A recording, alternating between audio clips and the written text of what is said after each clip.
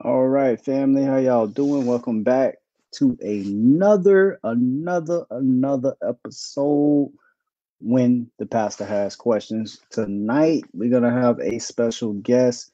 We do have a bit of some technical difficulties, but I believe Coach Renz will be right up in here in just a moment.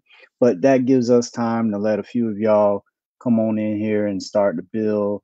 I'm going to make sure he has the link so we can come back in the studio here. And I think y'all are going to be very much interested in what we have to say tonight. Good to see Chris. Good to see Kylie. Hey, my people. Good to see y'all. Let me send Coach this link. Okay, there you go. All right. Hold on. Bring Coach in here. There Uh, he is. Coach, you back. yes, sir. Hey, good to see you. It's all good. We just building, got a few people in. I know you probably remember Carly. Carly is here. Yes, sir. Um and another brother that's been rocking with my show pretty good. We've been going strong for about 2 weeks. I'm trying to kick this thing up. I even took your advice. I went ahead and put my link under your YouTube link in the post. Oh, cool. Um I hadn't been promoting my YouTube, but you're absolutely right. I wanna get that out there because after the 15th, I'll be streaming to both Facebook and YouTube. And tonight, man, I think it's going to be interesting on a lot of levels. Oh, we already got six in the place, so that's good. And I'm just gonna start off and ask you a little bit of your background and everything like that. But we will take our time moving through this material. And when I told folk I was having Coach come on, man, like I'm telling you, they couldn't wait to see it. They were excited. I'm excited to be talking to you. Like I said, some years ago when we was talking on the phone earlier, and I started to research this information. See, I was actually a pastor in the church. I was preaching. That was my main thing. That was my source of income and everything. But in people like you and some other people, I started listening to and and fact checking what y'all were saying. And I feel being an honest person, I just couldn't remain where I was because the information. And those of y'all that don't know, Coach is a businessman. He is running his business right now, so he may or may not have to cut out and then come back in. But we have something for that, and I have a few pictures that I wanted to show Coach. I don't know if you was able to see a video. There's a guy from the YouTube channel Bright Insight. Yeah, He used to be in the army. I'm a veteran also. I know you're a Marine because you said it in one of your videos, right? From a while back. indeed. Right, right. And he had a chance of going over to the area we're going to be discussing on today, but he's had a change of heart about his feelings back during Iraqi freedom and some of the things he sees going on in that region. Basically, how they're I'm going to show some pictures later through a screen share about how they're destroying the artifacts that are over there. Hmm. And it's like, what's the purpose behind that? People think it's just religious. We may not know all, but I want to get your thoughts on that later on. But for now, Coach, for now, we got some people in this steady building. We got about seven watching us right now. It's gonna build up. If you could just tell us a little bit about yourself and some background, because you are new to some of my viewers. Okay.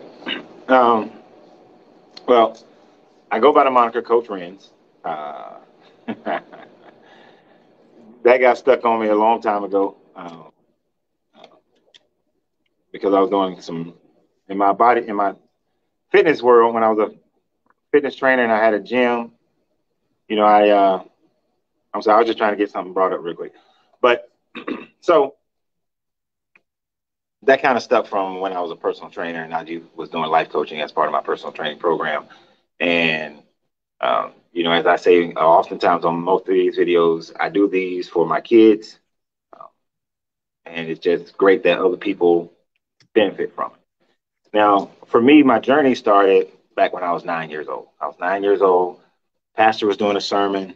I grew up in a Baptist church. He's doing a sermon about money, about wealth, and he said that it's easier for a camel to go through an eye of a needle than for a rich man to enter the gates of heaven.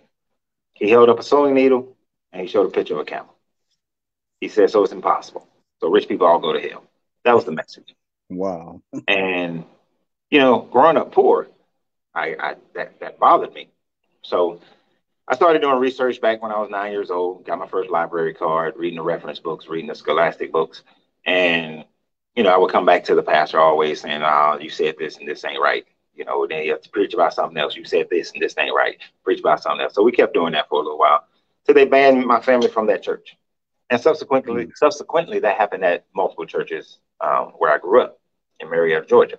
So just that inspired me to study beyond, because I realized by the time I was around 12, I started realizing that these people really don't understand the book that they're reading. So if I'm going to follow this book, let me dig deeper so that I can understand it. Since that time frame, I've traveled to many different places, seen many sites, biblical sites or historical church sites, and other ancient civilizations, and saw their sites. And I just came to realize that all of this is about control and power, that it's not really about helping a person to understand who they are in, in this whole cosmos of everything, of this existence. And that led me, it led me to Rome, it led me to Israel, to Egypt, Syria, Lebanon, just all over the place, in Mexico, just a bunch of different places with ancient sites and ancient information. And it led me to Mesopotamia, which is Iraq and Iran. And I started understanding things differently the more I researched. And the other thing is that a lot of people didn't know back in the, when I was coming before the internet, you could go to college libraries and you can read PhD papers from their, not the seminary school, but the religious study professors, because that's won't be slanted towards religion. You can order those same documents from those colleges, and you can get things from the Library of Congress. So back in the late 80s, early 90s, that's where I was getting I was getting a lot of information from those sources as well. And just understanding critical thinking, I had an entire mind shift right around 2021. And then also some important things happened around 2021 that I know we're going to talk about later on with Constantine's art. But all those things just led me to change my mindset. And, and I was a deacon in a church, chairman of the deacon board. They tried to get me to become a pastor. And I just I can't teach something I don't agree with. Can't teach something I don't believe, so that just caused me to move on and, started a YouTube channel because I wasn't in the house with my kids all the time after we got divorced. So it's a legacy. So I started building a legacy for my kids to be able to hear the knowledge that I have and for them to take it however they choose to, just in case something happened to me when they were still real little. But, so that's pretty much me. Like you said, I own a couple of businesses and just live life, man. Well, that is definitely a good background. And you got so much knowledge. You have a wealth of things out there. I've been checking out some of the letter videos, and some of the stuff that I saw before was way early, and I hope he didn't freeze up. I don't know if can you still hear me, Coach? It may or may not freeze up, but we gonna work through it because. Okay. Can you hear me? You can hear me now? Yeah, I got that. I didn't touch nothing. It's cool. It's just internet, it's just moving here and how it wants to move. So what I want to do is hopefully I want to start from way back. I want us to go back to Samaria, go back in time, and then see if we can kind of work our way up to Constantine a little bit.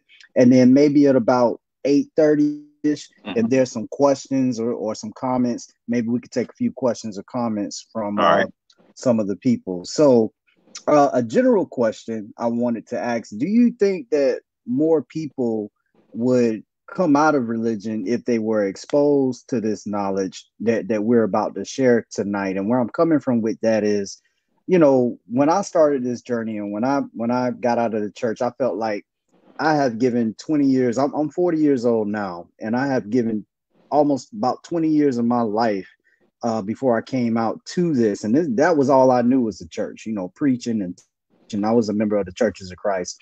Some people feel like I should just, Somebody's about to leave. walk in. All right. Some people, you Oh, go ahead. I'll mute it and you go ahead. And yeah. And like I said, y'all, coach is a businessman, but I'm gonna just go ahead with this, and then as he comes back to do the interview, let me unmute you. So you say what, coach? keep talking. I'm just gonna turn my sound down. Okay, cool. I think that.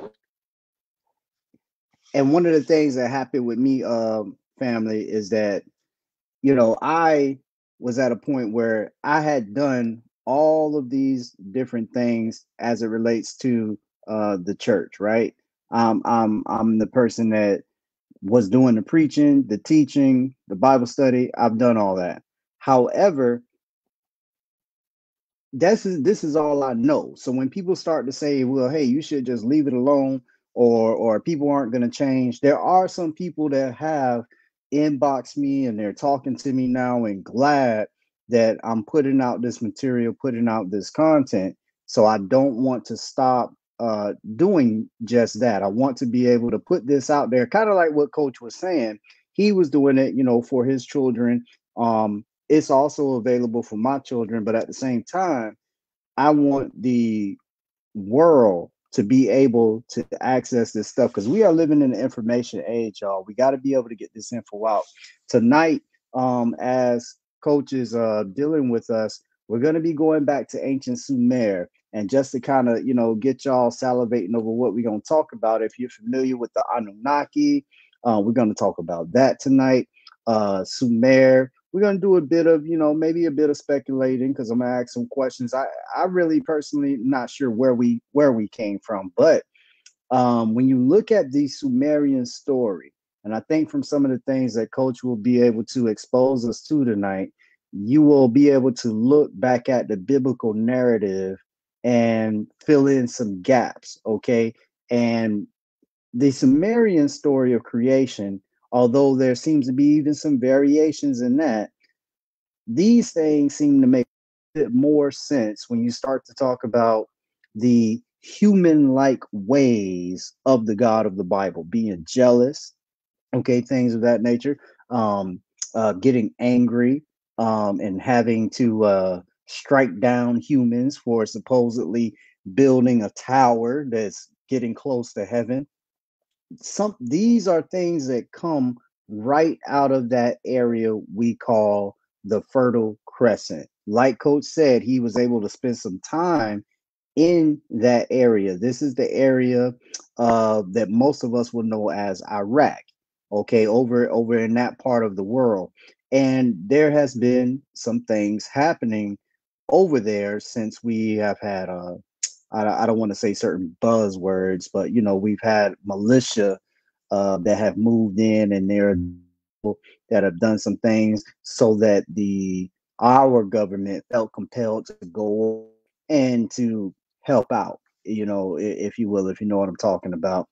So we're going to show you some pictures of what's going on in that area, and we're going to talk about what might be the motive behind them doing this. What might be the motive behind the destruction that's going on in the area? Because all of this doesn't seem to just be um, religiously motivated. Okay, because some of this is going under the cover as being a religious reason, but I think it's deeper than that. And when you look at the Bible story, going back to the Bible, there's just so many gaps. You hear about the Nephilim, which is in Genesis chapter 6. You have the Sumerian story that talks also about individuals possibly being created by some other people wherever they came from. And I think that this is going to really fill in some gaps. And if you're a believer and you're watching this, I'm just going to ask that you keep an open mind so that we able to at least give you the information. Because I would venture to say most believers are not going to look at information that is against what they already believe. I mean, confirmation bias is real, is it not, my people? Confirmation bias is a thing that people only want to agree with what already agrees with them. It never ceases to amaze me how people will come on my threads and we'll talk on these shows and they'll simply sit there and won't even look at the evidence that's presented, or better yet, they've never looked at it or tried to even research anything that is against what they are saying. If you believe you have the truth, and when I get ready to do my book, that's going to probably be in the beginning, because it was a Christian principle that motivated me out of it, and that came from First Thessalonians 5:21. Prove all things, hold fast to that which is good. And my thing is this: if you get the evidence and it's good, hold on to said evidence. You should be able to hold on to this evidence if the evidence is good. Looks like Coach is going to be able to come back to us. Coach, that was no problem for me. I know they probably didn't want to hear all that, but like I said, I used to be a preacher, so I have no problem talking. No problem doing that. Now, going You're back skipping. Okay, it's skipping. It may just be the internet connection. You're coming through fine on my end. It's skipping a lot. I'm not sure if you can hear me. Yeah, I hear you. I hear you fine. It's skipping a lot. I'm not sure if you can hear me. Yeah, I hear you. I hear you fine. Okay. I just switched it to my skipping a lot. I'm not sure if you can hear me. Yeah, I hear you. I hear you fine. You got a bit of an echo now. Yeah, I hear you. I hear you fine. Okay, say something. Test. Okay, there we go. You got it? Okay.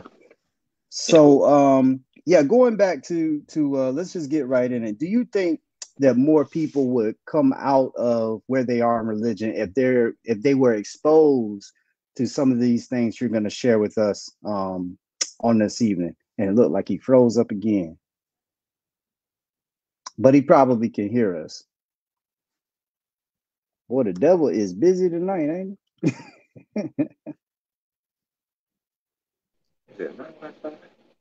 Oh, you back. You back. I see you now. Yeah. I think, okay, hold on. It might be my Wi-Fi because I'm far away from my cigar lounge. So let me just take this off of Wi-Fi. Okay.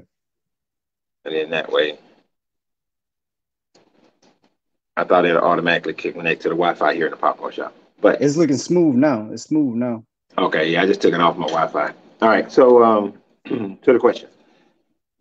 Do I think more people would change if they were exposed to this information? I think a lot of people may. It'll be like one of the writings that they found in Nag Hammadi, the Gospel of Thomas, and I think it's the second saying. It says that seeking you shall find, and when you find, you will be disturbed. Once after you are disturbed, you will marvel, and then you will rule over all. And what I take from that in regards to this question is that a lot of people will, if people got this information, they are going to be disturbed. And it's getting past that point of being disturbed where a lot of people will run back. Some people will run back to their religion, while others will continue to press forward like you did, because I'm sure it disturbs you when you first start hearing this information. Oh, yeah. But most people are not, because they've been trained, and then they're going to emotionalize it. Well, what is my family going to say? What is my spouse is going to say? What about my kids? How is society going to look at it? So they'll take that initial step. I think the majority of them will stay with whatever they've been conditioned to believe their entire life. And then you'll have that 10, 20% that will continue to soldier forth and change their mindset. You know, so the exposure is good. At least it makes people think. But I think most of them are going to be too disturbed to go through the whole process. You know, it's kind of like getting divorced. A lot of people want to get a divorce, but the disturbance that's caused within them when they think about it and what they will have to go through, instead they just stay in a miserable situation. Same thing. They're going to stay in that miserable situation for the most part. Yeah. And that's good insight. I've been through both of those. I've been through the religious thing and went through a divorce in 2019. And I don't know, man. I'm happier now than I ever been. I just and that has a lot to do with leaving religion. So let's just go right into it. I don't I hope you have much business, but I don't want to get you good. And then we have an onslaught going. But I wanted, if you would just start, because you did a series and I was trying to catch all the videos where you started in Genesis. You just started at Genesis 1:1. But what if you could, when we go through, let's go through that in a summary manner. But if Right. you could relate it back with the Sumerian information that you have wrapped up in your brain, if you could just start at Genesis 1 and just go ahead and give it to us the way you would. Right. Well, okay. So on my YouTube channel, as you were saying, I started a series, and I'm going to continue it. I haven't had a chance to get. I'm at like chapter 38 or something like that right now. But the thing about it is, the Genesis story is not original. That's the first thing. It's not an original story. It's cobbled together from multiple sources, but the primary source that is the primary source is the Sumerian. And you have to draw a distinction between the Sumerians and the Sumerians, right? Oh, okay. So, because Sumerians comes later. That's the one that they're talking about, the lady at the well, and Jesus told her to go find all your husbands and all that kind of stuff. That's Sumerians, S-A. Sumerians, S-U, are the people that one of the original people groups that settled in Mesopotamia, and that's between the Tigris and the Euphrates River. So that's modern day Iraq, Iran.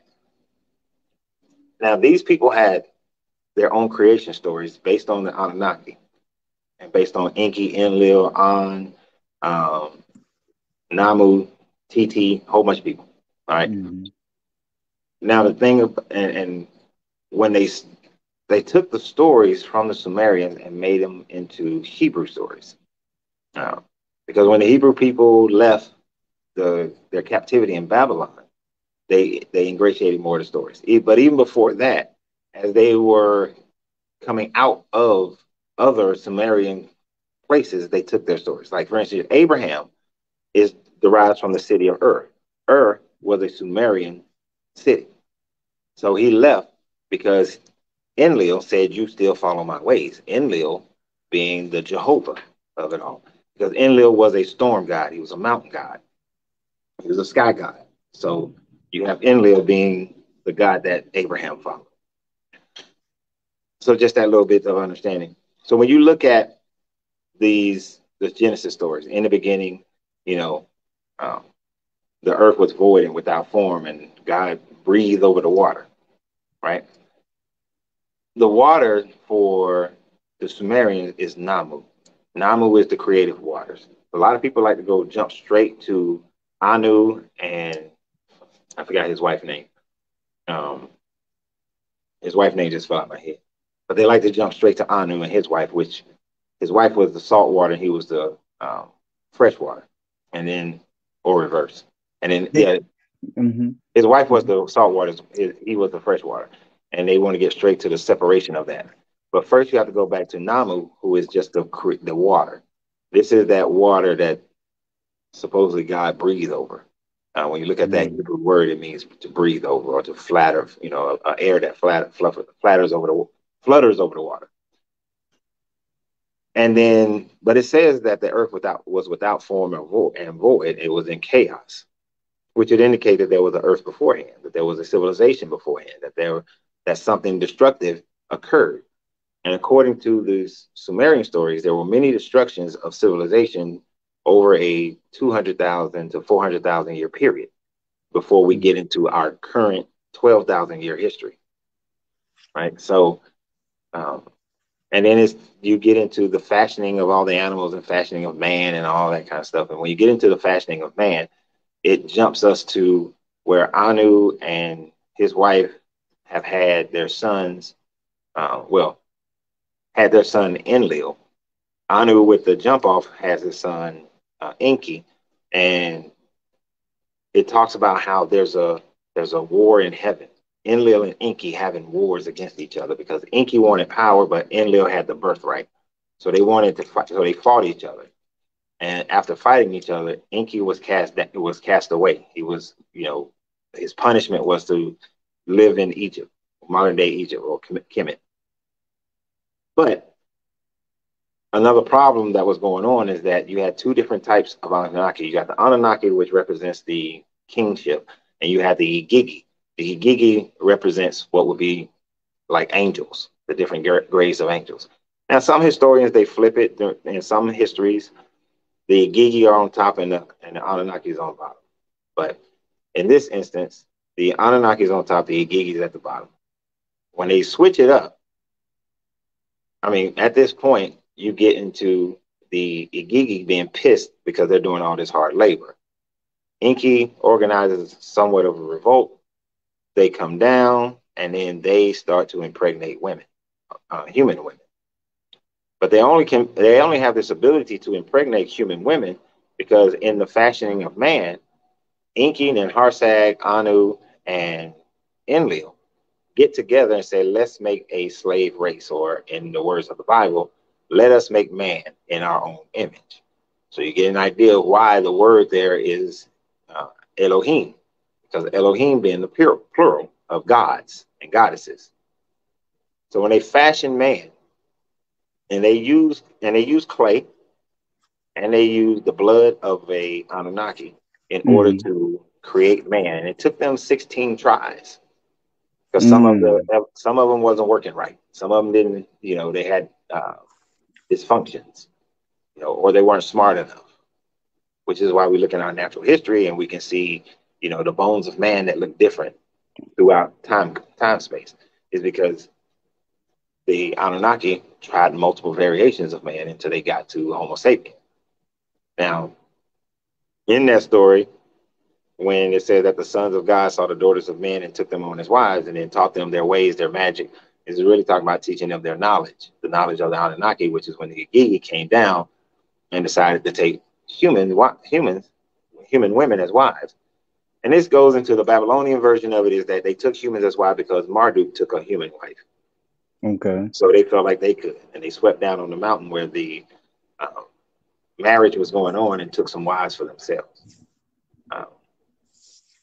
This is one of the reasons why, as you read through the Bible, read through it, you see this continuous thing where you conquer someone and you go into the village, you kill all the men, kill all the women. I mean, kill the men, kill the young boys, kill the women who've known a man, but you take the women who've never known a man and the young girls who've never known a man and make them your wives, because they already have it from the Igigi taking women as their wives, as property. So it's a repetitive theme throughout it. You just have to be able to see it and stream it together. But in that, I break down how each one of these stories has their origin in a Sumerian story or an Egyptian story. Because even in the Kemetic story, it talks about how Ra had two children, Geb and Nut, but they were in an embrace, one representing the lower waters, Geb the higher waters, Nut the lower waters.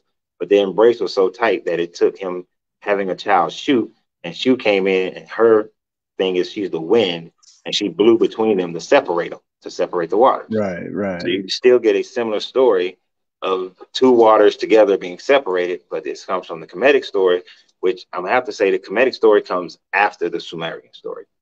I know a lot of people want to put the Kemetic story first, but it's not. It comes after. But even in their story, they had the Ogdode. And the Ogdode is the supreme energy, the supreme mental energy that created and manifested the entire universe. Ra was just the physical manifestation on Earth, right? And that's something that you have to realize that they took as well. These physical manifestations of spiritual beings on Earth. And that's how you get your angels, and you get your gods, and you get your Jesuses, and all of that. And even in the Greeks and the Romans with their deities that physically lived on Earth, is because from the Ogdode came the physical manifestation. From Namu came the physical manifestation of man. But as you continue to read those stories, you also see, especially when you read the Atrahasis or the Epic of Gilgamesh, you see how that same flood story happens, right? Right. Instead of it being Noah is Utnapishtim. And that depends on language. If it's Akkadian, is Atrahasis. If it's Sumerian, it's Utnapishtim. But it's the same story. A story of a person who was born who was a half Anunnaki because Enki was his dad. And in the book of Enoch, you get the same story as well. And Enlil was pissed because there were too many humans. They was making too much noise, and he wanted all the humans gone. So first he tried a whole bunch of other ways to get rid of them, but then he enacted a flood. And when the flood happened, Enki said, "Nope, I got to save my son." And so he built a boat, but in their story, he took the seed of every animal and the seed of every plant and put it on that boat, which is feasible. Not two of every one kind, and then seven of every unclean, do that. All that bullshit. And then it only lasted for 6 days, not a flood that went for 40 days, 40 nights, covered the highest mountain, which is an impossibility because even back then, Everest was so damn tall that nothing could survive at that level. And then they just walked off the boat. Nothing about all the vegetation and everything being dead. All the animals in the water is being dead because all that mixture of salt water and seawater. But hey, magic, right? Right. But you see that same when you read the Atrahasis, the Epic of Gilgamesh, you see these same stories. They get the idea of Lilith from reading the Epic of Gilgamesh, because they had the Lelutu, which later became Lilith to the Jewish people, was that first wife of Adam, who then they made into a demon, and that Gilgamesh had to conquer her or trick her in order for her to, in order for him to win favor with Ishtar or Inanna, depending upon which language you're using. And then Lilith becomes this demonic force that lives in the desert most of the time, but kills babies. That's why your baby died. No stillbirth wasn't medical. Crib death wasn't medical. It was Lilith or the Lelutu, who was that original first wife. So you continue to find all these stories that are exactly or close enough that it doesn't. You can tell that these stories were ripped from somebody else. I want to ask you something. Go ahead. Yeah. I wanted to back up a little bit on when I was going through my little journey, and I had to back up and go into. I said, let me just start from the beginning because by then I had found out the whole Exodus was not what I thought it was. I had found out all this stuff. I said, let me go back in this Bible and start at the beginning. Okay. Right. And I remember something they told me. I went to a Christian college in Texas to learn how to preach and did my little biblical studies. And they told us to pay attention to things that are repeated. So I was reading, chapter 1, and it kept saying, God said, God said, God said. I was like, okay, we keep saying God said. That's simple. And then when I got to chapter 2 and verse number 4, it said, Lord God said. And I was like, wait a minute. It just changed. That's Yahovah Elohim, not just Elohim. And I start paying more attention to the and I think you said this, and then I saw this, and then I went and watched the video, and I think you said it that the was it garden, the word garden is enclosure. Right. And I was like, wait a minute, this isn't sounding like they get the whole earth. This sounds like a certain area that they were supposed to remain in. And then fast forward a few years later, I meet you and you're talking about this same stuff we're talking about on this live. And I'm like, man, this makes sense. Can you take us back to the garden and tell us, what are the Sumerians telling us about our human origins related to that story? So this goes back to when Anu, Neharsag, Enki, and Enlil get together in the Apsu, which is like Southern Africa, and they decide that they're going to experiment and create a slave race that will serve them and continue to mine gold. The main thing was about mining gold because their atmosphere on their planet was jacked up.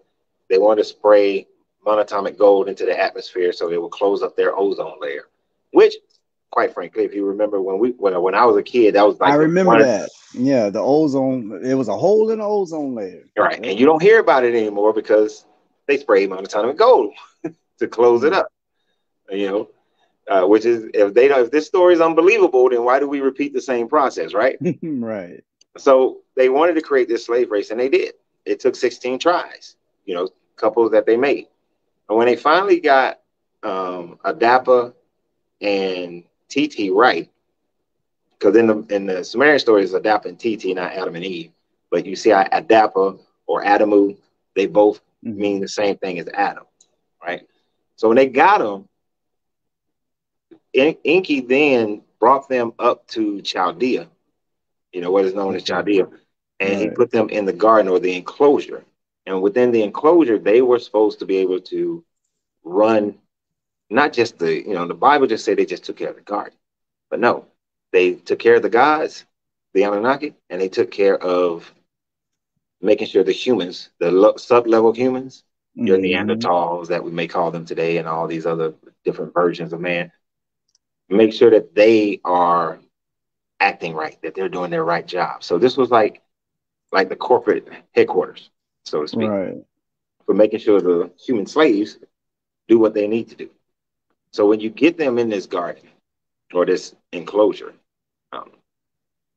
this is where one of the requirements for Anu and Enlil was that man could not reproduce, because they believed that if man was able to reproduce, then they would recognize their own divinity and they would revolt against the Anunnaki, which did happen multiple times that they revolted.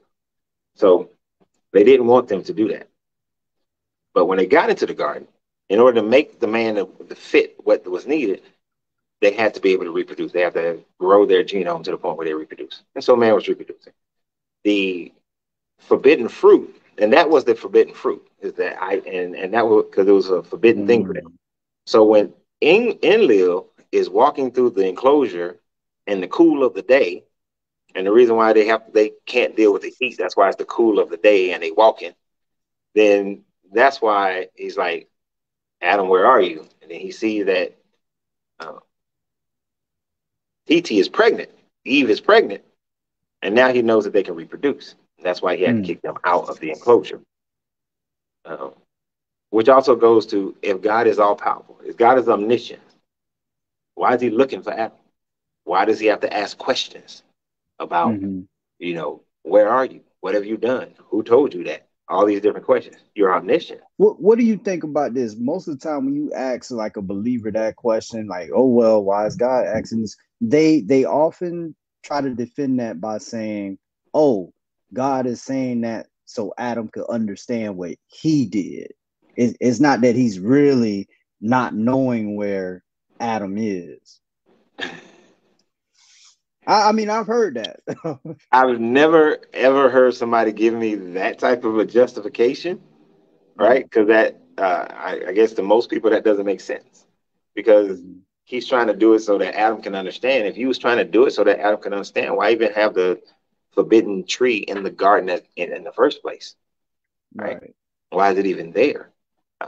If this guy's expectation was truly that man would live this life of just taking care of the garden and taking care of the earth, why put danger in front of him? I mean, you have children. Do you have children?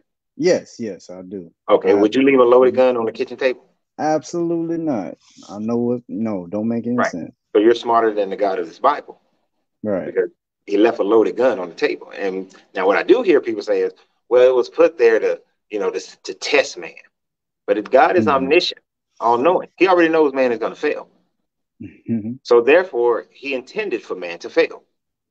And then he intended for man to fall into the sin that he created, because Isaiah says that, you know, God created everything. I created, you know, good and bad. I created evil. So he intended for him to fail so that he can then, you know, molest a 14, 15-year-old little girl to be born of himself so that he can die for the sins that he created and set man up to fall into. Wow. No parent would do that. No human parent would do that. So that would mean that God is more moral than the people. So to say that he was saying it so that Adam can understand, what is there to understand? If Adam and Eve were just standing there, they would have still went through the same conversation. They would have went through. He could have still went through a conversation of, "I see that you ate from the tree," instead of asking the question. There's no reason to ask a question when you already know the answer. You know, I see that you've eaten from a tree. Then that would, so is God some kind? So that makes God a person who gaslight people by asking those kind of questions to which he already knows the answer, just to see if they're going to lie or not. If they've already done the thing that you're going to kick them out of the garden for, why do you need to compound it with lies? You don't.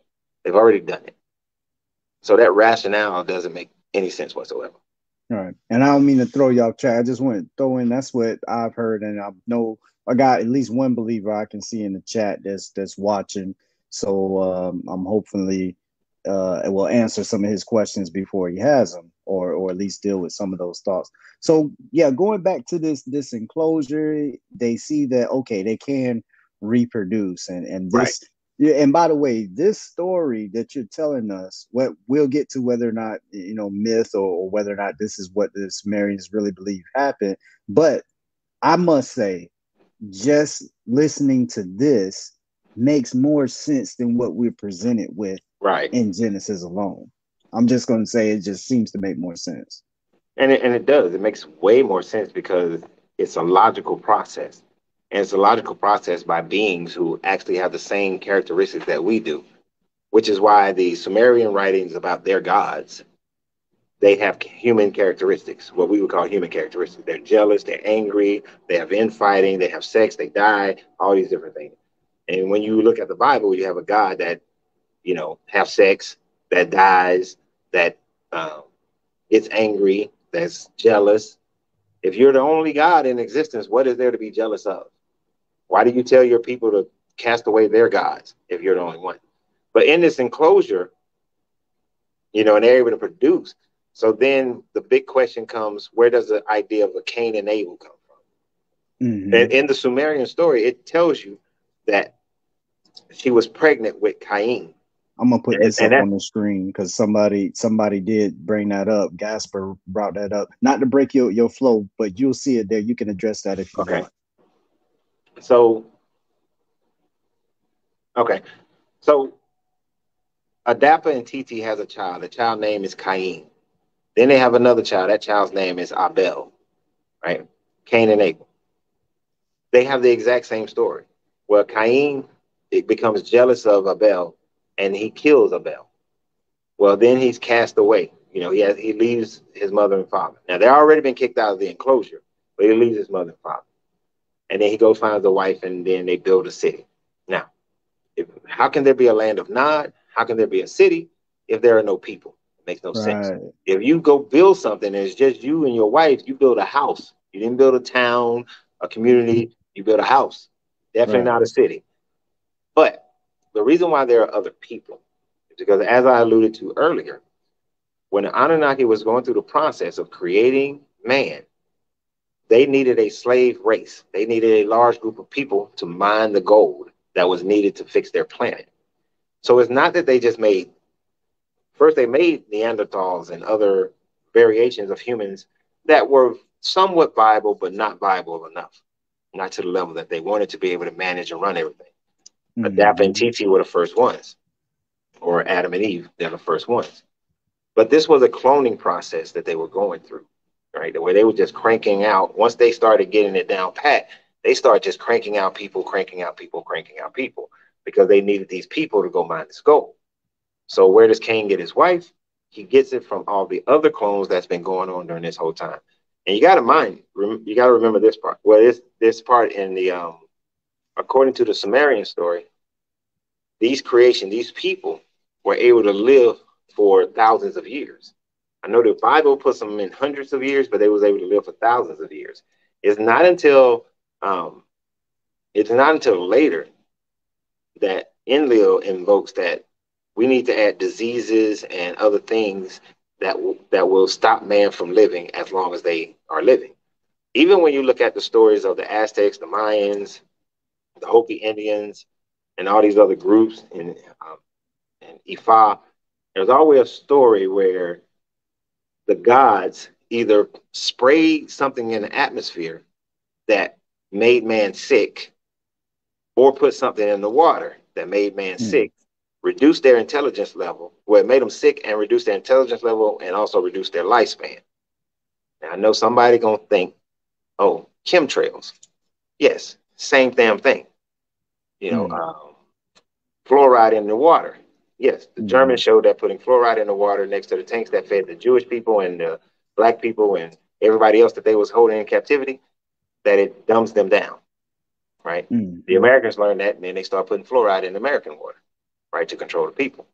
So you get the same, but you get all of that from the Anunnaki story of the gods dumbing man down, making man sick, and causing them to not live as long. So Enlil wanted that to happen. And because they had all these, because they was proliferating all over the place. And so that continuous cloning process is how you get Cain's wife. If not Mm. another clone, another of the last of the 16th couple, the 16th variation of man, that 14th, that 15th variation of man was survivable, was usable. You know, they move rocks. They do, it's kind of like when you go to a construction site. You got the guys who know how to lay the brick. You got the guys who, you got the laborers. They build scaffolds, they tote bricks, they mix the cement. They do that to give it to the masons. The masons, they use the cement to build the buildings. So they are higher stature. Mm. And then you got the ones who are your designers, the one who can read the blueprints and all that. So Adam and TT will be the ones who can read the blueprints. Um, the next level of man, I don't know what name to give them. They will be the ones who know how to lay the bricks, and then the Neanderthals will be the ones that they just carry bricks because they can't learn. They don't have the intelligence to do this other part.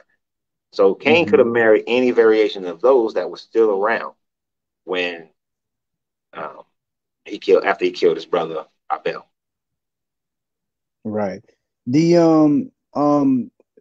what we might want to do, because I know your time is gonna get away from us. I'm gonna try to put in some of the comments, down at the screen if you able to see them and if you able to address them, because I can see him. that'll probably help. Okay. Well, if you remember some of those sources, Gasper is asking, do you know where you can basically get any, or where did you get some of your Sumerian sources from? So you have to. So if you were listening from the very beginning, I was talking about how for me, I used to um, get PhD papers from religious studies schools. Like I would get them from Oxford, Yale, Princeton, UGA, Stanford. I would get those PhD papers, and so it's just many different professors back in the day before the internet. After that, I met a wonderful. I met this guy in Israel who was one of the curators at the museum in Haifa. He introduced me to John Anthony West back in the day in the early 90s. I was a Marine and I was over in that side of the world. And John Anthony West introduced me to the work of Zachariah Ascension. And even though there was a lot of people who didn't go with his writings, or there are some people who debate his writings, um, I then learned how to read cuneiform myself. And then once I learned how to read cuneiform, this main source then became me because I knew how to read it. Mm-hmm. But then even after that, once the internet came out, there are sites of great information. Like you sent me the guy Bright Insight. Mm-hmm. I already subscribed to him, so Oh, okay. already I've watched his videos over the years, and then go back and I research them. Don't drink the holy Kool-Aid. I go research his information. Yeah, yeah, Dark Matter. I research their information. There's another one. Oh, Breakfast Religion for Breakfast, which yeah. I really Yeah, like well, Religion for Breakfast because I've watched him since he was doing his PhD work in religious studies to now he has his PhD in religious studies, and he brings on people like Bart Ehrman and people like that as well. yeah, But I would Bart's say, one of my favorite. I talk about Bart all the time. and Yeah. then, but one of the biggest things is the fact that I I learned cuneiform. I'm learning the Meta-Netris right now, but I learned cuneiform, and I went to go see it myself. I've been to Kemet, and I've looked at the walls. I've been to Iraq, and I've looked at some of the inscriptions, and or I go to some of the museums where they've stolen stuff and take it to like museums in England and in the Americas and France and Germany, and I see it for myself. I went to and then I read some old sources. I read like the Josephus. I've read Irenaeus and who are some of them other jokers? Philo of Alexander. I read the works from what's that? Herodotus, maybe. I read Herodotus. I like Herodotus. He's and I've read good story. Yeah, I read Herodotus. I read two of the people that most Christians always want to throw up. If you're an apologist, and you always want to throw them up as proof of things, and that is somebody the younger. Can't remember his first. Pliny, and then Pliny's Tacitus. Yeah. So I've read all of theirs, and I've seen, when you read all this stuff and you start being able to compare and draw correlations, then it kind of like all comes into play. But a lot of it has just been opportunities that I had. Like, I know you want to talk about at some point me going to the Constantine's Ark. Right? Yeah. I want to get there, Quentin has a comment there. So I was gonna ask, do you think these things that we are getting these sources? So we got these sources, we got these cuneiform tablets, and we're reading these stories, and you had a privilege of looking at them yourself. The thing is, do we think that the Sumerians were telling us this really happened, or was this their myth? How close are they to the truth, or is it just like he's saying? It's just like Kemet. This is all fake. It's just It's a combination of both. And what he probably doesn't understand about Kemet is that the gods of Kemet were part of the Anunnaki pantheon. So if the Anunnaki are truly, as they said, the Sumerians say that the Anunnaki are from another planet. Just like if you research the Dogons say that the Dogons, who are, that's why they changed their name to the Dogon, that they are from a planet that circles Sirius B. Now, they knew about Sirius B, 1,000 years before we actually had telescopes that can recognize that there is another star just off of Sirius. But they already knew. So it has to lead you to the idea that if they already knew that, then somebody had to tell them. And if they're saying that the gods came down, which to us today would just be aliens, that their gods came down and showed them that and told them that, then to that level, it may be true.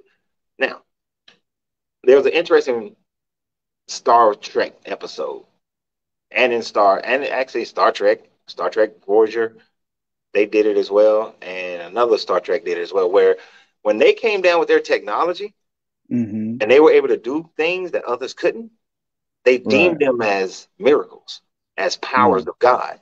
So some of the things could have been real. Some of the healings can be real. Being able to fly can be real. We look at the Aztecs, the Mayans, the Shinto in Japan and China, and you see that they drew their gods with these looking like they go flying on ships and spaceships. And when I was in Egypt, I saw the hieroglyphs, the meta-netures that look just like airplanes and helicopters. Yeah. So they saw some real stuff. Is it all real? Probably not. Is it more real than the Bible? Probably so. The Bible is more like, because when the Bible started being taken over by the Greeks and the Romans, their stories were more fantasy, of what happened. So when they write their stories, it becomes unbelievable. It becomes legendized.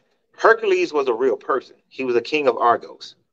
But the story gets bigger and bigger, kind of like you catch that fish and it might have been a 19 inches long. Yeah.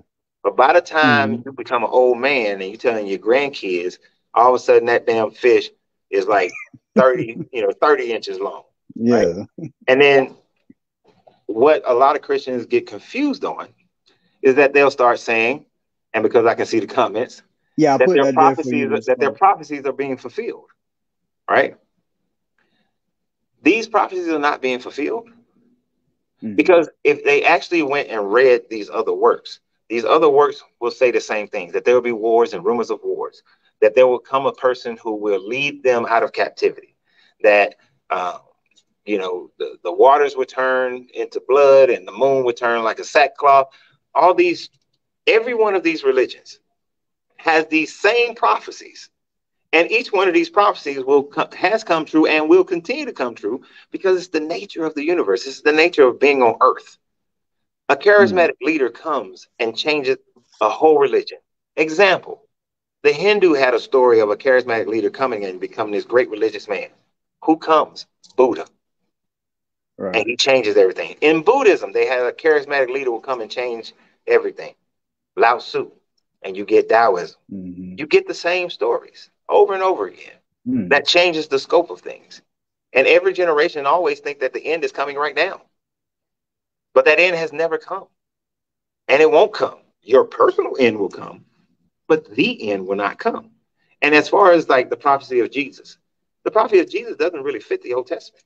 He was supposed to be somebody that freed the Hebrew people from the Roman Empire. Now, because he didn't, we had to modernize it and change it into a doctrine that says that, he changed us in our heart and our mind. But he didn't. Right. And that it'll be preached all over the world. But it hasn't. And it wasn't. Right? Because the world to them was just their small space. That's it. They didn't know about people over here. Africans knew about people over here, but they didn't know about people over here. They didn't know about people, in the South Pacific. They didn't know them people over there.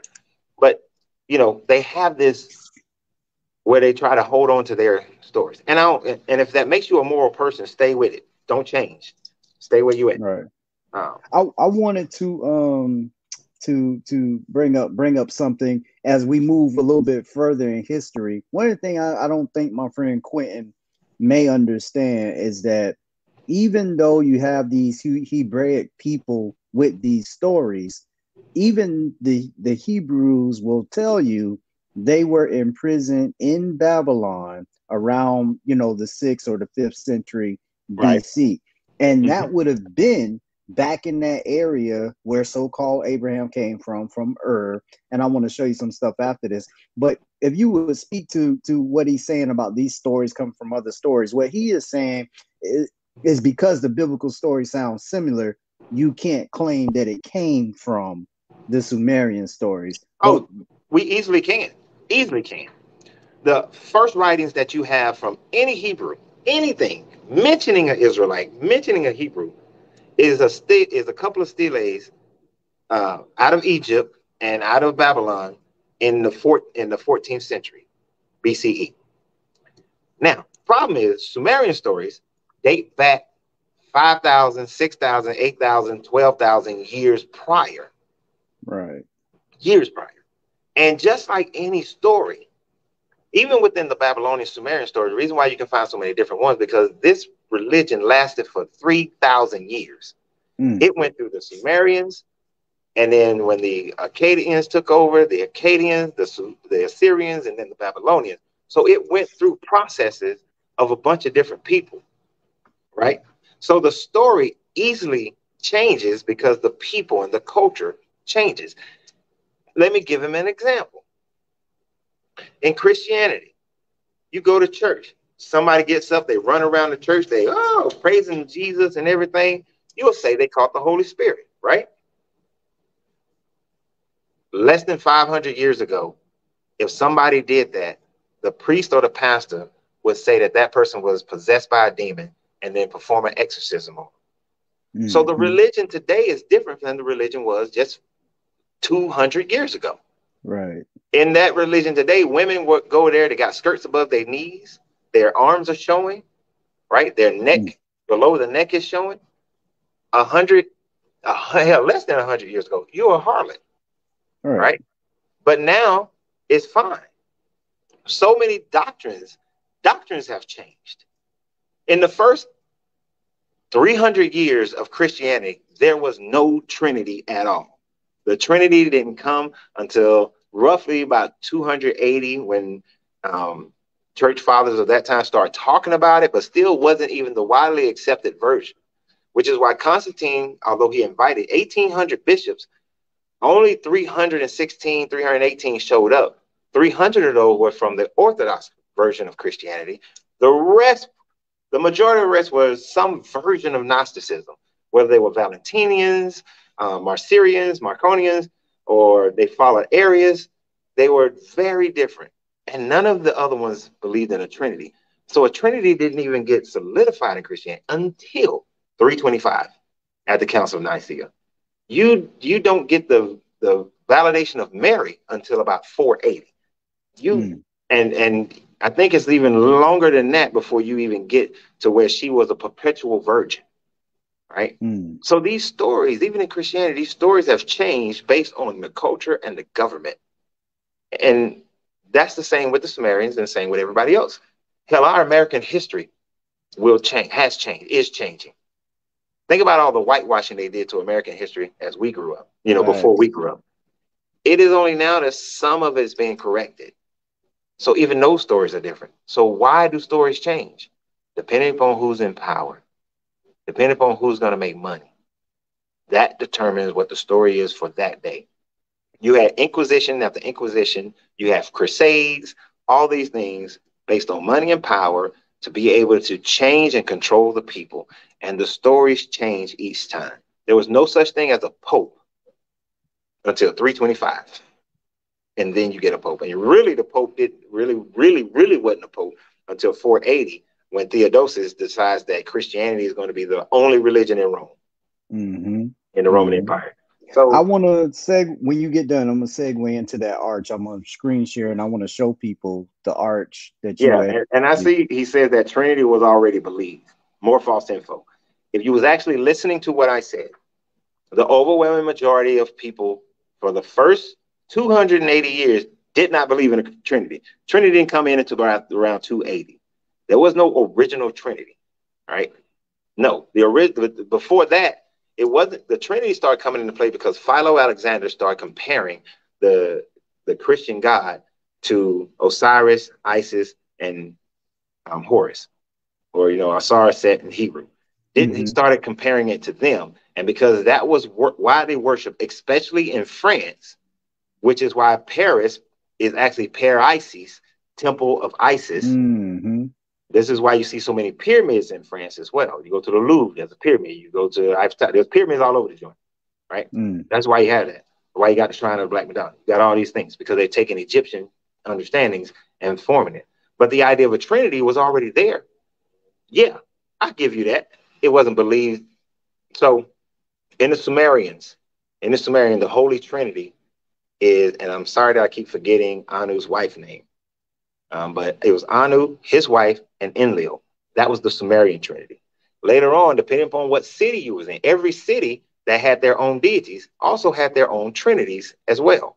Right? Whether it's Inanna, Dumuzi, and their son, I forgot his son's name, but they had their own trinities. Right? So the idea of a Trinity was already there. It was adopted by Christians as well, because now they're in a comparison, a power struggle with the other religions that were strong during those days. So it was a common thought. It's a common idea. So you can still get that.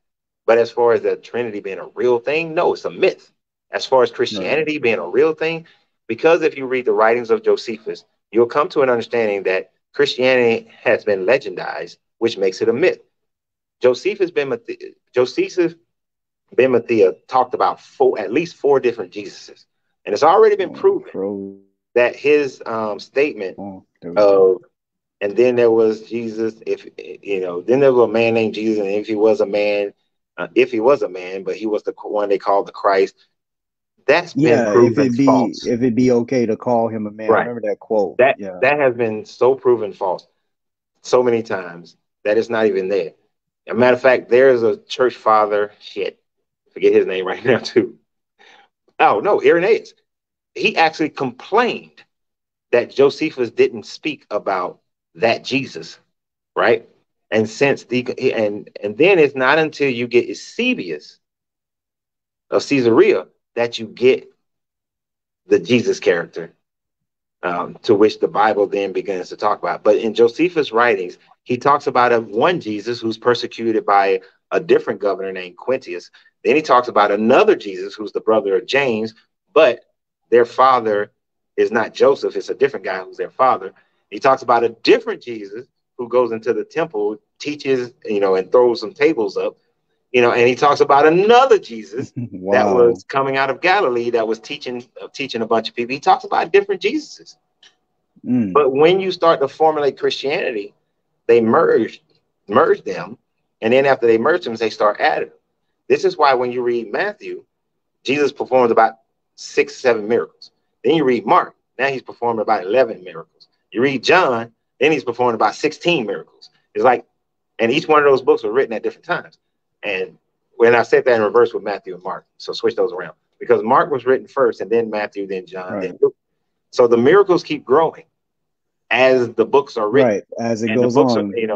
70 years go by, a new book is written, and now he's performing extra miracles that he didn't perform the first time. And there are no witnesses to it. It's just the fish story. It grew.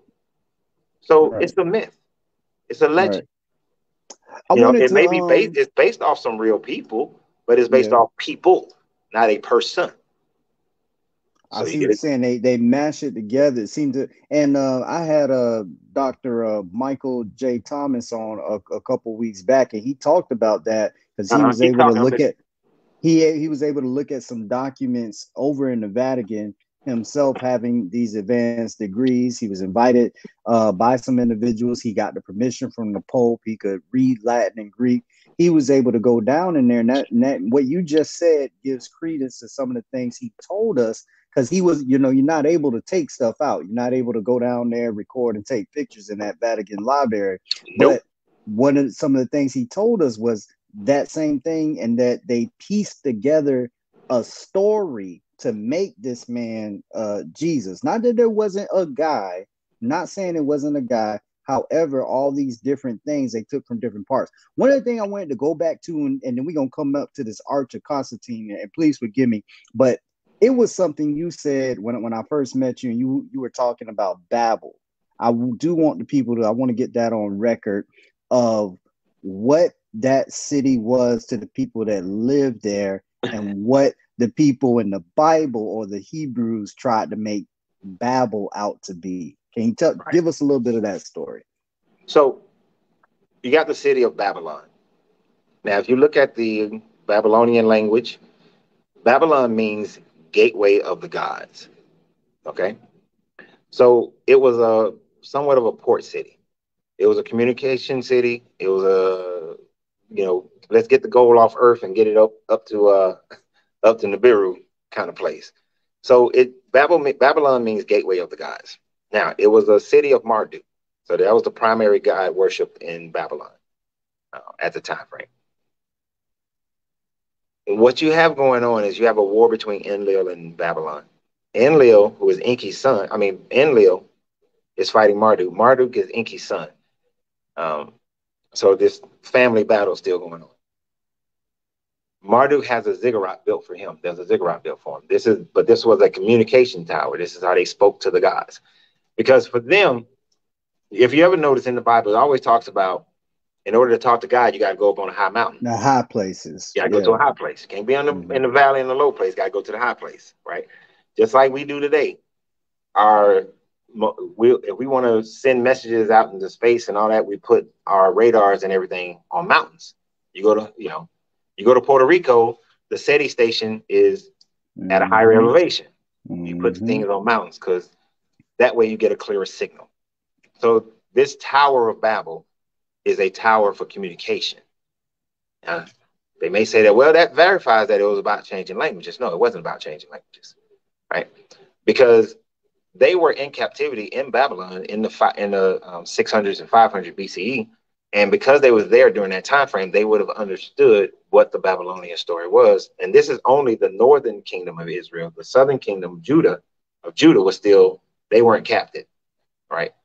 And they still have variations between the two of them, between the northern and the southern, like the pork taboo wasn't part of the northern Israelites.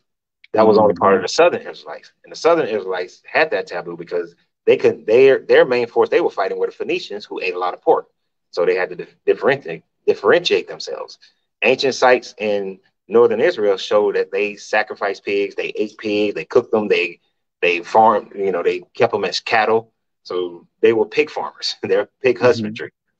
But Babylon, so when they came out of Babylon, they understood this story, and they understood how Marduk in that war, Enlil bombed Babylon and destroyed Marduk's communication tower.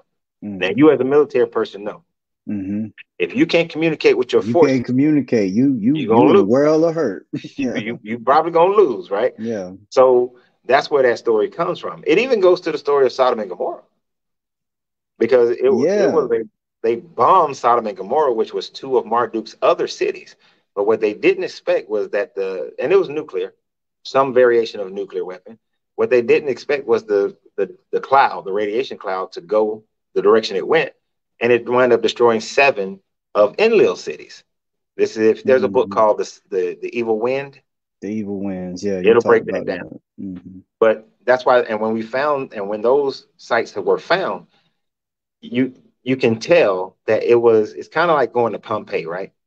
Right. When you go to Pompeii, you don't see that people packed up their houses, got on their wagon carts, and left. They was frozen. Shit just happened. Right, just frozen. happened. It's the same thing in these 7 cities in the southern Mesopotamia. You can tell something just happened, and they all just ran as fast as they could to get the hell out of there, right? Because like cooking pots are still on stoves, and tables are still set, and the animals some of the animals, the non-riding animals were still there. So it was like shit. People just rolled out. They just evacuated, immediately. So you get that same story, but what happened is that when the Hebrews left, they used their Hebrew word for confusion, sounds similar to the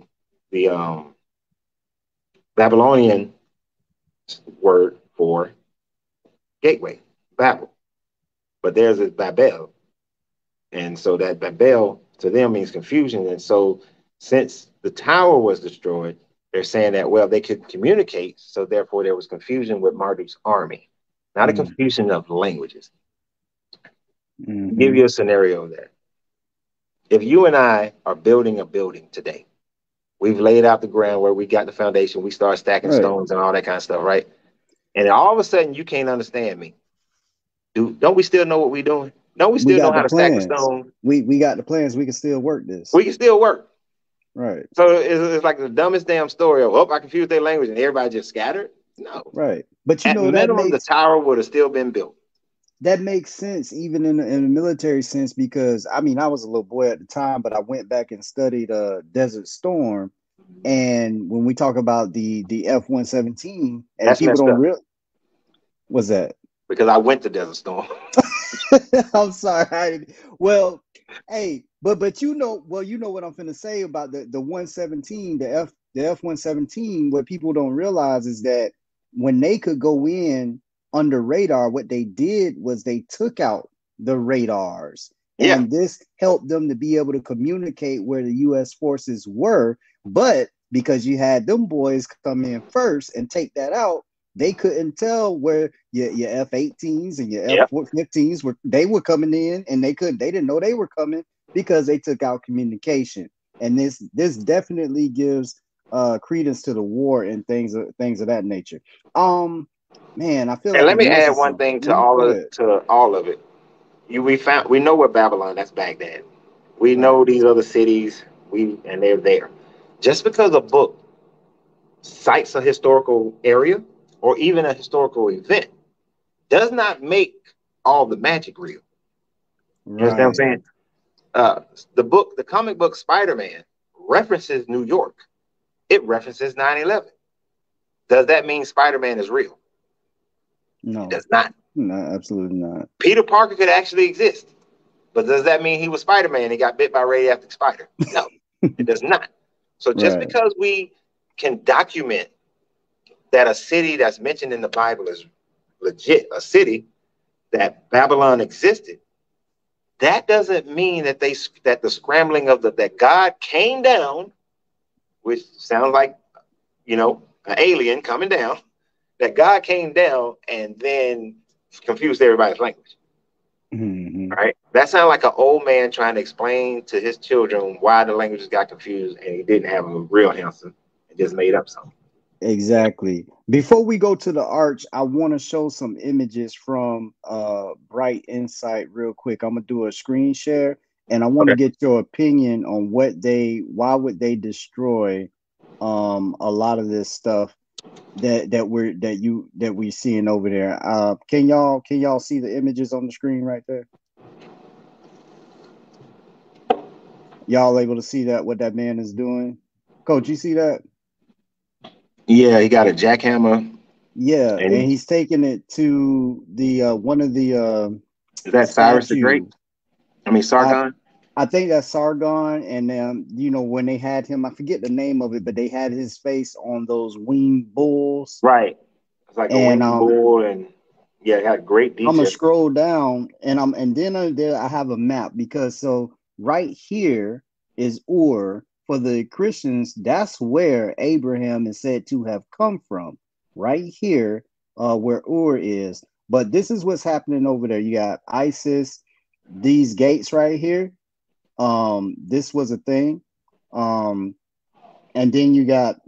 I think this is supposed to be Gilgamesh. And one of the things Hmm. that shocked me about this, I had seen this a lot, but then I learned from reading up on it that this is supposed to be a lion Yeah, it's a lion. that he's holding. It's not a cat. It's not some other kind of. And that if that's any real depiction of his size, well, y'all know what a lion look like. So just look at that. Yeah, Gilgamesh was 3/4 Anunnaki, so he was supposed to be like 18 feet tall, something like that. That's yeah. We probably have to do another. But what I want to show people is this right here, this building, this existed, and with all that's going on with ISIS, look at what it has become. I'm gonna show you a before and after. What in the world are these so-called religious fanatics? Why are they so interested in that? I'm not so sure, like Bright Insight said, that it's just a religion thing. And I'm gonna show you one more before and after picture. Let me go back to my screen here. Now this is imagery. This is what I used to do in the military. Look at stuff from above like that. And one of the things we see here is that they're wiping it out.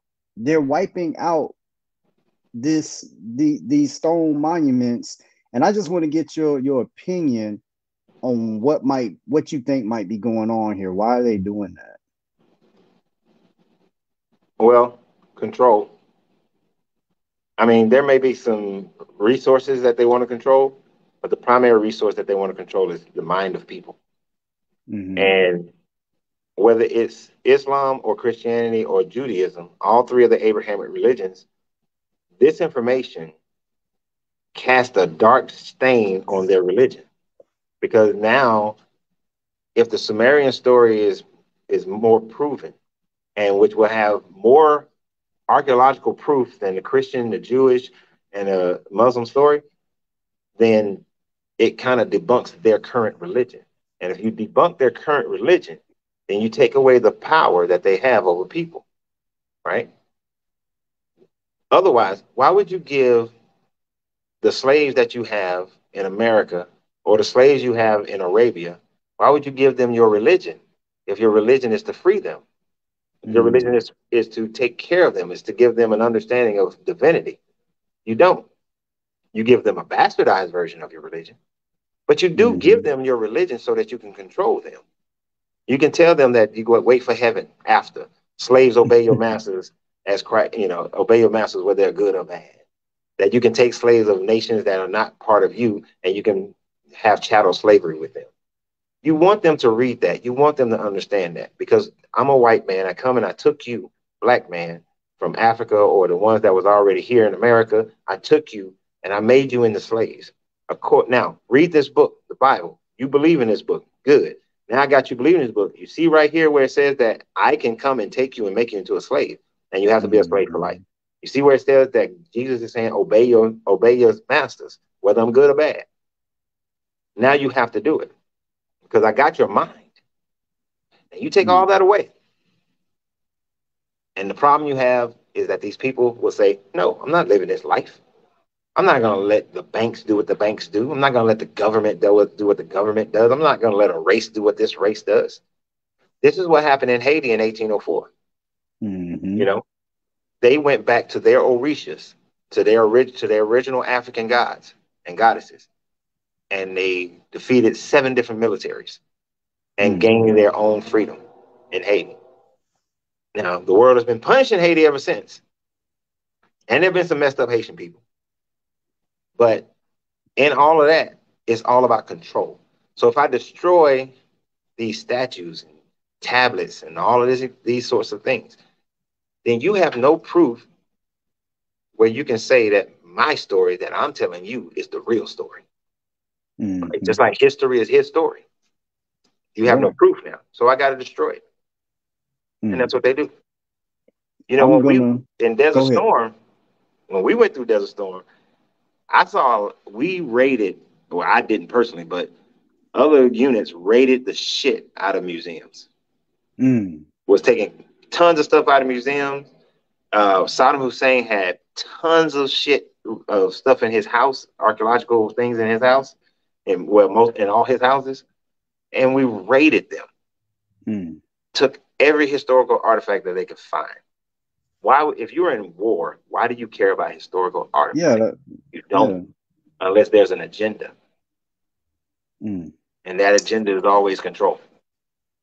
I wanted to share some pictures of the art right quick because we're gonna move there next for the sake of time. Let me get my tab up. The arch. So this is the arch, and I want you to just tell us a little bit about this. I understand you were able to actually see this in person. Right. And if you could just give us a rundown of what we're looking at here. And I've heard it used to try to support Christianity, but what did you see? What is your take on the Arch of Constantine? All right, so this arch has absolutely zero support of Christianity. All right, so as y'all see this arch, it was a common thing. When Vespasian became emperor, he conquered Judea and he became an emperor of Rome. He built the Colosseum as a victory. When his son Titus became emperor, he built his own monument. I forgot what monument he built, but his monument shows them taking menorahs and all these different things.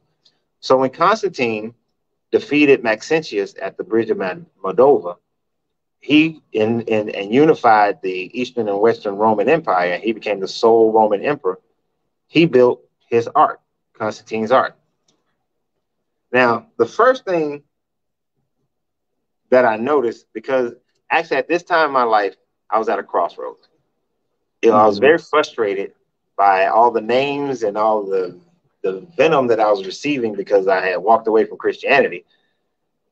So I made a deal. I said, all right, God, one way or another, I need to see Constantine's art. And if on Constantine's art, it shows the crosses on the shields that Constantine was pledging himself to Jesus based on his story, then I'm in it with you, right? I had no idea how I was going to see this thing, but I get over there. I had to go do some work with the Sixth Fleet. I'm at the Sixth Fleet commander's boat. I had to work with the Sixth Fleet commander. I asked permission. I asked him to do me a favor. Since I'm here in Gaeta, Italy, I need to go, up the street to Rome, and I need to be able to see Constantine art. He can make some phone calls, and I get to go see it art. But I was told I can't take any pictures of anything I see. So I go there, get on this, because you can't really see it good unless you get on a crane. They put me on a crane. We go up to the top, up there towards the top. And I'm there with an archaeologist and a museum curator. And we're up there. And when I'm looking at this thing, I asked the archaeologist and the curator, I was like, where are the crosses on the shields? Because it shows the Battle of Moldova on there, right? There are absolutely no crosses on any shields. Now, if you grew up Christian, you know the story. The story is that uh, Constantine had a dream. Constantine and his army saw a cross in the sky Hmm. and was told that with this symbol you will conquer. And then later on, he had a vision in his tent, and Jesus Yeah. came into his tent, and he gave himself to Jesus. Well, that's a story. I'll get to that part. So my mindset was, if that happened, then when he built his ark after the battle, after he saw the vision, after his soldiers saw the vision, then it would be there. So I get there and it's not. But then I see this other God thing that has um, sun rays coming from his head, and I'm like, so is that Jesus? And they was like, no, that's Mithra. And I see Mm. another one, and I'm like, who is that? And they was like, no, that's Apollo, two other sun gods, right? So then, as we're getting ready to go down, I happen to look back at the street, and I said, hey, why is this kind of crooked, right? It doesn't flow with the road. And the guy was the museum curator was explaining to me that back in the day, behind this, or on top of it, was a big statue of Constantine riding some horses. And through that big gateway in the middle, you can see Hmm. this statue of Apollo. But as you come closer to it, Apollo shrinks and Constantine rises.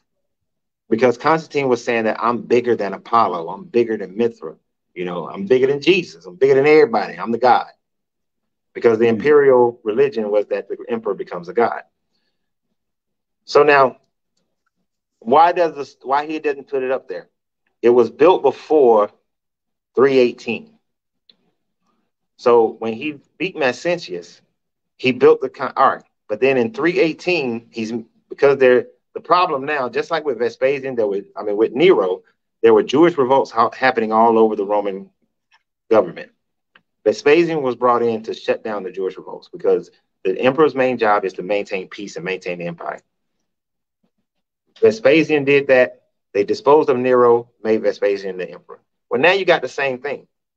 You got Christians all over the Roman Empire, and they're all fighting each other. They're having battles with each other. They're physically killing each other. So Constantine has to shut that down because Christianity was illegal at the time. So in 318, they have the Edict of Milan. He goes to Milan, meets with some Christian bishops because he had Christians in his army. So if you was an Orthodox Christian, you were fine. If you were a Gnostic Christian, then those were the ones they killed. But so he invited these Orthodox Christian bishops to Milan. They have a meeting, and he says that's the first time he tells the story of seeing the cross in the sky and Jesus in his tent. So when Eusebius wrote about the Battle of Maxentius, the battle at the Moldavian Bridge, at the time of the battle, none of that was part of the writing. In 318, that was added to the writing. So Constantine adds it to the writing, and he also tells them, your Jesus is like my soul Invictus. So Constantine Mm. wasn't a Christian. Hence, that's why the arch does not have any of those symbols on them, right? And then we see that the story changed. If you can ever now, unfortunately, the only way you're going to see those writings of Eusebius is you have to gain access to the Vatican Library. That's the only way you're going to see them. And then it's hard as shit to get in there. It's very difficult to get in there. Absolutely. I would love to have you and Dr. Thomas on at the same time, maybe one of these days in the future. Because like I said, he's Dr. Thomas he had a chance to go and look at some of those documents back in the Vatican, but Yep. it was a while ago. And some of the Christians are hating on, well, he's just talking. But the thing is, we have a man that's alive. This is his testimony. If they will believe a document from 2,000 years ago with European names that we don't even know who really wrote these books, Right. I'm more inclined to believe somebody that I can look at. I can look right at you, and I believe that you've been to these places. That gives more of a great story and some truth to it. At this time, Coach, I'm just asking people at right now to, if they have any specific questions for you, if they will go ahead and put them in the chat, and um if they were able to do that, then maybe you could respond to these specific questions. Anything else while they're doing that? What would you tell us as another generation coming behind me now? I heard Bill Maher say something on Hot Boxing with Mike Tyson. He said this generation is 50% less religious or under 50% religious than the generations that came before it, which in my view is a good thing. It's because I think people are thinking more. They are using critical thinking. So while we wait on those comments, if you could give us something, if you could only talk to your people on this live, if you knew you weren't going to get a chance to give another one, and I wish you long life, health, and prosperity. But I'm just saying, in that spirit, if this was your last time talking to us, what would you tell us? That's a huge question there, sir. Yeah. I mean, I wanted to ask it early goddamn. because you got the time, man. You got the time. You the coach. I mean, one, I would tell people that you got to think critically, and that everything that's around you has been designed to control you, to keep you from ever truly reaching your highest potential and abilities. That you are a divine, spiritual being, all within yourself. You are a part of the creation, and your existence never ends. You will always be, and you always have been. But in order to see beyond the veil, you have to recognize that most of the stuff around you is a lie designed to control you, from financial to religious to relationships, everything. So go through the process of critical thinking. Critical thinking consists of um, first gathering all the facts, not just the ones that you like, not just the ones that you've been taught, but gather all the facts, right? The trivium, exactly. Gather all the facts. And once you've gathered all the facts, then take those facts and develop an understanding of them, right? How do these facts fit together? What makes sense? What doesn't make sense? Once you've gathered these facts and once you come to an understanding, then you apply it. This is wisdom. Wisdom is only when you apply the knowledge that you gain. As you apply it, be mindful of the results. If you get the desired results, if you're gaining from it, you're growing. Your desired results should also be always be that you're growing. So as you get these results, if they grow you, great. Keep going with it. That's right for you. If you're not growing, then go back, reevaluate your facts or reevaluate your facts, reevaluate your understanding, and then try some different shit so that you can then see if you get a different result. Because that's the only way you grow. That's the only way you break free, of the bonds that they put on us from birth. Because no one was born Christian. Hell, to be honest, you weren't born black, you weren't born white, you weren't born any of those things. You were born a human with higher or lesser degrees of melanin. And race is a man made construct. Nations are man made constructs. All these things are man made constructs, however you label yourself. You got to choose who you want to be or who you're going to be, how you're going to exist. What will be your effect on the world? And even if your effect on the world is just raising some great kids and having a great spouse and having a loving relationship that others can view, then let that be it. Or if it's something that changes the world, let that be it. But do your damn job while you're here, you know. And that job is to explore the divinity of you.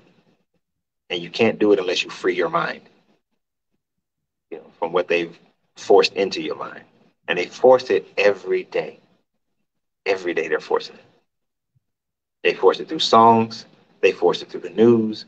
They force it through the buildings that you drive by. There's a liquor store and there's a church every damn where you go because they want you to stay inebriated and keep following their religion. They don't want you to actually grow. They poison your food so that you don't grow. They poison your air, your water, so you don't grow. So that's about it. Go make as much money as you can. Hey, ain't that the truth? And first of all, I just want to say, hey, Coach, I'm humbled. I am so glad you found the time in your busy schedule to do this with us. And I'm actually, I know, and I know that this won't be the last time we will be No. able to do this again. Yeah. And I wish you, keep growing in your businesses. I want you to tell the people if they are in the area. I understand. I know you have Coach Rick, you have your popcorn business. Tell the Yeah. people what else you got in the area, so maybe we can, visit you sometime and break bread with you. Okay. So in Stone Mountain, Georgia, I have two businesses. One is called Uncle Ren's Popcorn. We have 28 different flavors of gourmet popcorn. We also serve some other chocolate treats and Italian ice. If you're local, you can come through, in Stone Mountain and visit me at 5385 54 Strickham Road. If you're not local, you can order online. You go to the letter U, the letter R, the word popcorn.com. So that's popcorn at Gmail. I mean, popcorn.com. And you can actually order popcorn and I'll ship it to you. Um, but I also, which is what I'm going if I wasn't in here, I would have done this whole thing with a cigar. Yeah. I'd have been smoking one of my cigars this whole time. But 3 doors over from the popcorn shop, I have Smoking Phoenix. See, it's so much shirt right there. Smoking Phoenix Cigar Lounge. Um, it's just a great lounge. We got over 250 different faces of cigars. So we got whatever somebody would want to smoke as far as the palate is concerned. But it's just a lounge. It's a lounge where we sit. They over there right now talking trash, telling lies, having great conversations. Sometimes depending upon who's in there, we may have conversations like these. The other night, them jokers was talking about relationships to no end. I had to get on my soapbox about I hate moo-moos, So, uh, but it's just a great place to hang out, smoke cigars. Whatever's in your cup is in your cup. I don't care what's in your cup. Have whatever you want in your cup. As long as I can't see what's in your cup, we good. You know. But yeah, so I mean that's what we do. Smoking Phoenix Cigar Lounge. You can come through. If you do smoke cigars, you can go to the website, smokingphoenixcigars.com. Right now, the only cigar on there is the one that I blended myself. So it's a great cigar. Comes in a 3-pack. Yeah. So those are my two businesses here in Atlanta that are physical businesses, and I'm getting ready to re-ramp back. Getting ready to ramp up a leadership training program, a leadership school, um, uh, and a entrepreneurship program as well.